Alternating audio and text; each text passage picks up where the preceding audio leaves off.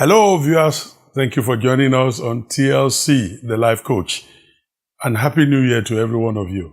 It's interesting that we have been away for a while, and that's because we wanted to repackage, wanted to refocus and see how to better serve you. Thank you for being on this platform. You're going to help us in a few weeks going forward this year. And one of the ways you can help us is to share the link to your family and friends right now. Then you can share it on your platforms, so your WhatsApp, your Telegram, Facebook groups, and let them learn something new. We want to help you be a better version of yourself. We hope that the things we're sharing can help you be. Because in a religious society as ours and many other parts of the world, one thing is clear: they just want to pray, they leave everything to God or blame Satan for everything. And at the end, it's either God's fault or Satan's fault, and they abdicate their own responsibilities. That's not how it works. This earth, this planet, is structured to function in a particular way. Although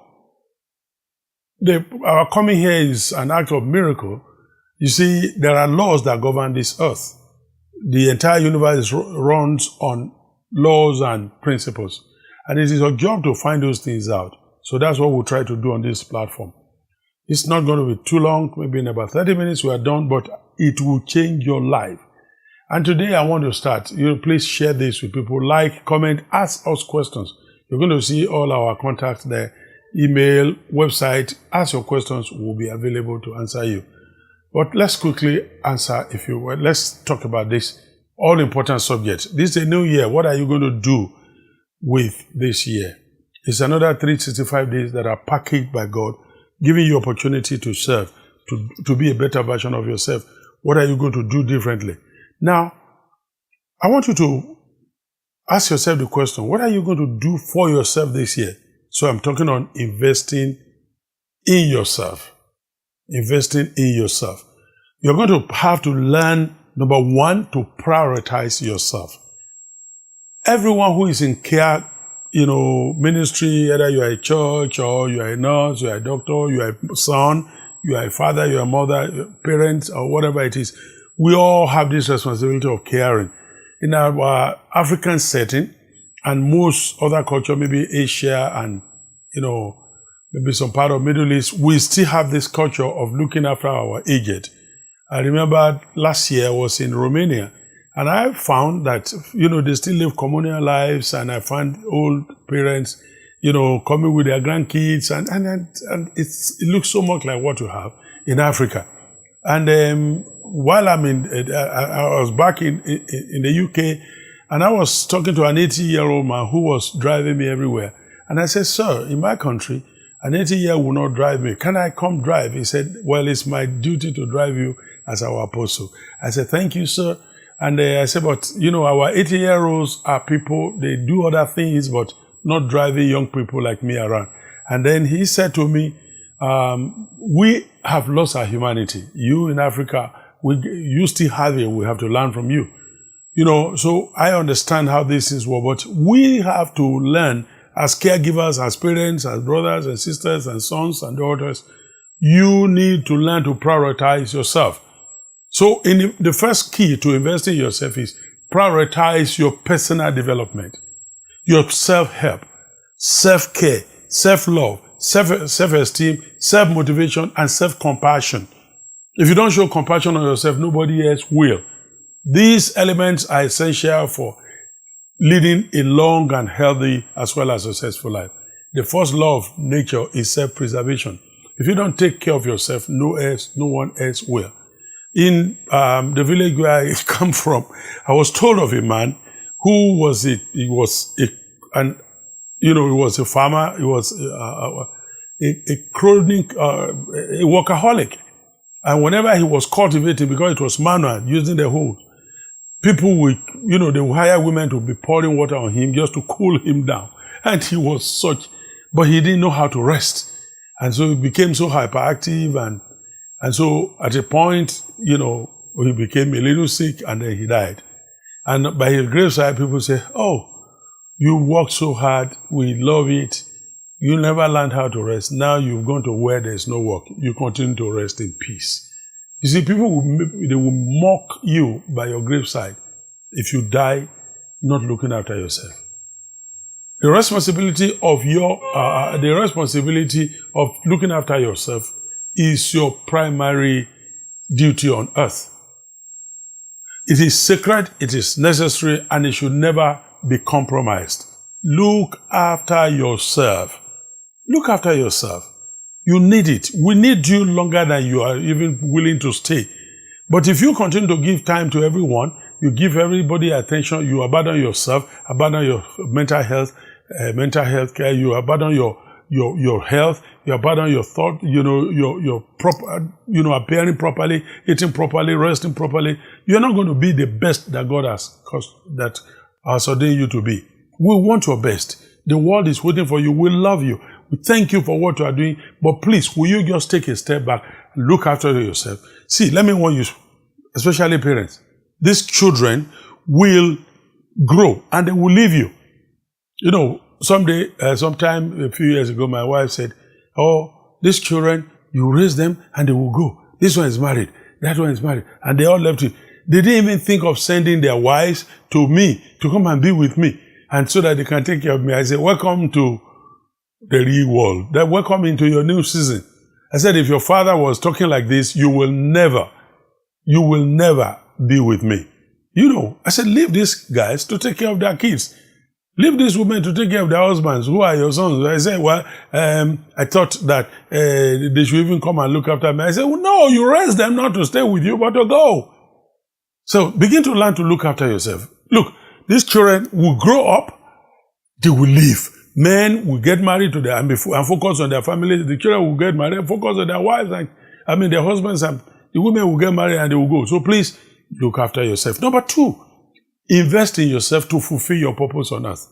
As you will one day be accountable for it, your best investment starts with you. Then it extends to others. Life operates like a computer, garbage in, garbage out. If you don't invest in yourself, then you are not going to have content, sound things, sound principles, sound lifestyle, sound deliveries, sound concepts to bless your word. And sooner or later, people will not want to come near you. People won't come. People will not be there. People will not see you. People will not visit. They don't want to have anything to do with you. They want to avoid you because you no longer have content. You no longer have concepts. You no longer have, values that you can add to their lives. So invest in yourself. This is a world of cause, governed by cause and effect. The universe reflects what you put into it. If you choose not to dedicate quality time and resources to your growth, you may navigate life through life feeling frustrated. So put something in yourself. Let me ask you this question. How many books are you going to read this year? And I want you to begin by this. Don't be too ambitious. Don't say I will read 54 books in 54 weeks or 52 books in 52 weeks. No. Just say 1 book a month so that you can read 12 books at the end of the year. If you can then make it two in a month, you will get 24. If you can't, don't kill yourself. Just start. It was Bill Clinton and then Barack Obama that was then there was comparison with, talking about presidents of America, and there was comparison with George Bush, that he was a man who never learned to read. He didn't like reading. And there was a year he read 24 books, and they were making fun of him, a president who doesn't read. How can you be the president of America with that kind of enormity, that heavy weight of duty? And yet you have opportunity, you have time to read all the editorials and then they said Barack Obama didn't do, he tried a little and he read 58 books that year. A single year president of America read 58 books and read all the editorials of all the major magazines, and they said he didn't try enough. The one that read 28, they said that one is a dullard. He doesn't know how to read. So you see how serious. I'm not talking about your president, sorry please. But presidents of great presidents of other nations, they take time to read. They study. They equip themselves. I've met pastors, I've met leaders who have said they've gone navigated a whole year, they never read a book, never read a magazine, never have any podcast they subscribe to, they don't listen to other people. How are you going to build your life like that? So how many podcasts do you want to listen to this year? How many people do you want to talk to? How many places do you want to visit to learn? How many conferences are you going to attend? Just yesterday, one of my sons was telling me, "Oh, Daddy, I need you. I'm going to register you this conference. I want you to be here next year, January next year. I want you to meet with other great men of God around the world and meet with CEOs. Who is here? And I need you to be in this conference. Please give me permission to register you." I said, "Okay, go ahead and register me. Let's start working towards it. I'm going to be there next year." Do you understand what I'm saying? Who are you going to meet? How are you going to expand your horizon? How are you going to be? What are you going to do? What values will you add to yourself to make you relevant so we can look for you, so that the world can look for you?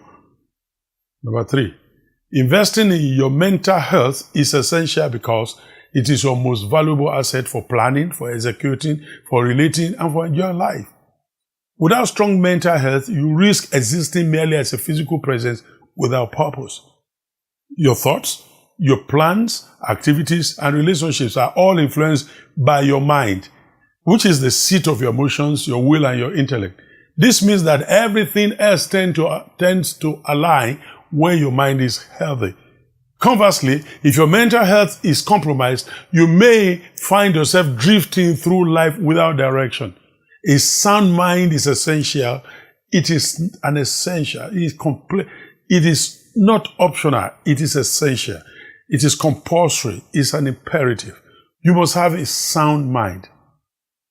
And you know that you have mental health challenges that needs attention or that need attention when you begin to have absent-mindedness. You are very forgetful. You are absent-minded. You can't hold conversation for up to 5 minutes. And then whenever they're talking with you, you drift up quickly into so many other things, forgetting what you are really saying. And you find that you are very forgetful. Then you easily disconnect and then you gape like that, just moping. Then your sleep also is affected. You are unable to sleep well. Then you find that you are easily agitated. And then every little thing, you have a short fuse. You explode in volcanic anger. And you are always talking. You can't keep quiet. You are always replying people. You are always trying to converse. You are always in a noisy environment. You can't be still and quiet. All these things I've mentioned now, more than 10 of them, are signs of mental health challenges. They are signs of mental health challenges. You need to wake up to take care of your health. You can't continue to run like that. You know, I've seen pastors, both male and female, whose mental health are bad. I've seen leaders who, I saw one, you'll be talking to this one, who just look, and then disconnect. And then I said, do you really say, "Oh, did I say that? What were we discussing?" Every minute is switching off. And then he's angry with the children, angry with the associate, angry with this, and then he's micromanaging, and you are trying to be everywhere, you're trying to be on every platform, you are doing this, and it's all over the place. When you find yourself into this, and I asked, "How about your sleep?" Say, "I don't sleep well." "How about your concentration?" I say, "I'm lacking concentration. I don't know. I need a vacation." And they never go on vacation. When you put this together, you have mental health challenges. You need a sound mind. Take a break out. Seek for help. If we can help you, please check our email, our telephones, call us, we will help you, please. But by all means, we need a functional, healthy you. Number 4, investing in your body is crucial because it is your most important asset for living on this planet. Once your body deteriorates or fails, you can no longer thrive here. Remind yourself that. You can no longer, you see, you can't live here as a disembodied spirit. The most valuable gift God has given to you in breathing here and there is this body. The moment this body is out, you will be out of this body, we will bury this body. And then you will be back with your Creator, and then whatever spiritual assignment He has with you while you are there with Him, life after death continues. But here you become illegal. You are not permitted to be here. People say, "Well, Elisha was anointed, even his bones healed a sick person." That was Elisha. Elisha's body has decomposed over 3 to 5 years or something. And by accident, they heard that a strange army, is it the Syrian army or so were rushing and invading the land, and then they just quickly drop the corpse of someone who was to be buried, drop it in one cave and then try to run, and then the person came back alive, perhaps running with them. But it was limited to that place. It happened by accident. His bones may carry anointing. He was no longer here. You will no longer be relevant if you die. You can't be relevant to us here. Except God uses your spirit to communicate to any of us. You no longer have will. You don't have anything to offer anymore. Except God uses you spiritually for any purpose. You can't thrive here anymore. So please take care of yourself. I'm saying it as one that needs to build on. I'm improving every day. My sleep improves every day. My body relaxes every day. I lose the kind of weight I want to lose. I eat what I want to eat. And I'm good and I'm doing the best I can be to be, the best 60-some-year-old man. So that at the end of my day, by the time I'm 70, I want you to come back again. I want to look exactly like this. Do you understand what I'm saying? You see, moreover, in all of this, we're talking about if your body is weak, is sick or injured, it will hinder your ability to achieve your goals and objectives. Your body serves as a vehicle, as transportation system for all your actions and endeavors. Therefore, a healthy lifestyle is essential, and this includes, but not limited to, maintaining a balanced diet, engaging in regular exercise, ensuring adequate sleep, and participating in recreational activities. What about it? Let's talk briefly about what this thing we call balanced diet. When last you balance of diet? You woke up in the morning, and if you are watching from this part, or you ate yam, which is carbohydrate. In the afternoon, you ate maybe, another carbohydrate, gari and all that. In the night, the same. What's wrong with you? You hear people talking about 3 square meal. Is 3 square? Talk to me. Now talk to me. 3. Is it square? Look at 3. Is this square? Square is supposed to be 4. This is triangle. So whoever told you 3 square meal didn't get the sense right. It's 3 triangular meal, not 3 square meal. Nobody told you that you have to. There's no way it's stipulated that you should eat 3 times. You should eat 3 times. Very often I eat once a day. And then some days I eat twice. And that is the day I wake up, I say I need a glass of smoothie.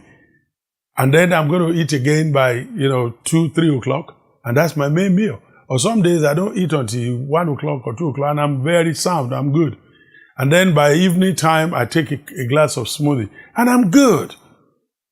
I feel healthier than most of you who eat 4 times a day, 4 square meal. 3 is never square meal. So don't push yourself. Recently I was on mission to the US and Canada, and then before I wake up in the morning, they set the table, oats and cakes, and they say, this is your breakfast. And I don't touch it. I say, thank you very much. Can I get a bowl of salad? And I eat. And then the next meal I'm going to eat is 4 o'clock or so. And then they give that to me. They say, oh, but you're not eating. I say, I am sedentary. I said, today I didn't go out. And I'm going to minister in the evening. Or I'm going to go to this place and I didn't go anywhere. And you want me to feed myself 3 times a day. How am I going to use it? Your body will build up fat, will build up sugar and all that. You can't use that. Your body can't process all that because you are not active. You need to be, it's when you are active that then your body begins to begin to absorb those things of eating, then demands more. Until that time, if you don't go anywhere, you are sedentary, just hanging around, working in the office, then you don't need much. Live an active life. Get into some recreational activities. Ensure that you sleep well, eat balanced diet. Some people's food are bland, especially in this part of in some parts of the world like ours, where they eat single course meal. You don't think about, and I say to them, why is your food just single color or double color? At best. You know you are eating healthy when you have all the colors there. The more colorful your meal is, I don't mean with colorings. But when you're having all of this, you have the red, you have the blue, you have the this, you have the green, and all that, then you know you are eating healthy. Unfortunately, one of the things I also discover is that some people, they want to eat vegetables, and you don't know the color anymore. It's now black or brown. It's supposed to be green. The moment you cook, you can only cook vegetables as in carrots, carrots, cucumber, cabbages, and all this stuff, green beans and green pepper. Every one of these things, after a little while, the moment they start changing color, you are losing the nutrients. They should retain the original color. Most of them are best eaten raw. Or if you're going to steam them, you only steam them. You just steam them. That's all you need to do in order to be able to get the most of it. Okay? Well, I'm not a nutritionist, but I have practiced what I'm telling you now for 26 years or more. For 26 years. And why am I able to say it? It's because my health has always been stable. I did some medical tests a year ago or so, a year plus ago and a half ago. And the doctor said to me, when we get to your age, he said, Pastor, we want all to be like you because you seem to have gotten something right. And I said, I practiced this for 25 years then. He said, please keep it up because your kidney gives us a reading of that of a child. This other one gives us reading of a little baby. This one is so good. Your prostate is good. This is that you are just healthy on the overall. Continue to do what you do. And you check this, check that. So that's what you need to learn. We need you healthy. We need you healthy. And some people ask me, how do you do what you do? And I say to them, I do it by the grace of God, but at the same time, I take care of my health. How can I go to 12 countries in a year without my private jet? And I don't have protocols carry me all over the places. I've got to work out things. It's because I know that my health is important, very vital to my calling. Every leadership training that I go, everything I go to do, I make sure that I'm in my best, sleep well, and put myself first. Number 5, celebrate yourself. It is essential for fostering self-love and self-motivation. Everyone has different expectations of you. People's definition of success may vary. The question is, these definitions may never align with your own. That's the point. So only you can determine whether you are making progress toward your purpose or not. Taking time to celebrate where you are fuels your passion to become a better version of you. You may never have reached your location yet, your desired destination yet, but you have every reason to celebrate where you are because you've taken up, you are making some steps, you've taken some steps towards it. You will achieve your goals by staying focused, consistent, and diligent. Celebrate where you are. To someone, success means having many homes, many houses, and cars, and many women or many men. That is to them. Don't judge yourself. Success cannot be defined by accumulation of wealth.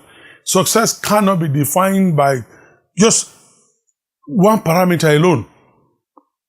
What is success? This is the way I define it. Success is fulfillment, fulfilling your purpose. How can you define the success of a knife? By its ability to untie a screw. You can use a little knife to untie a screw, but at the end of the exercise, the screw is hurt, the location from which you are untying the screw is wounded, the knife itself is wounded.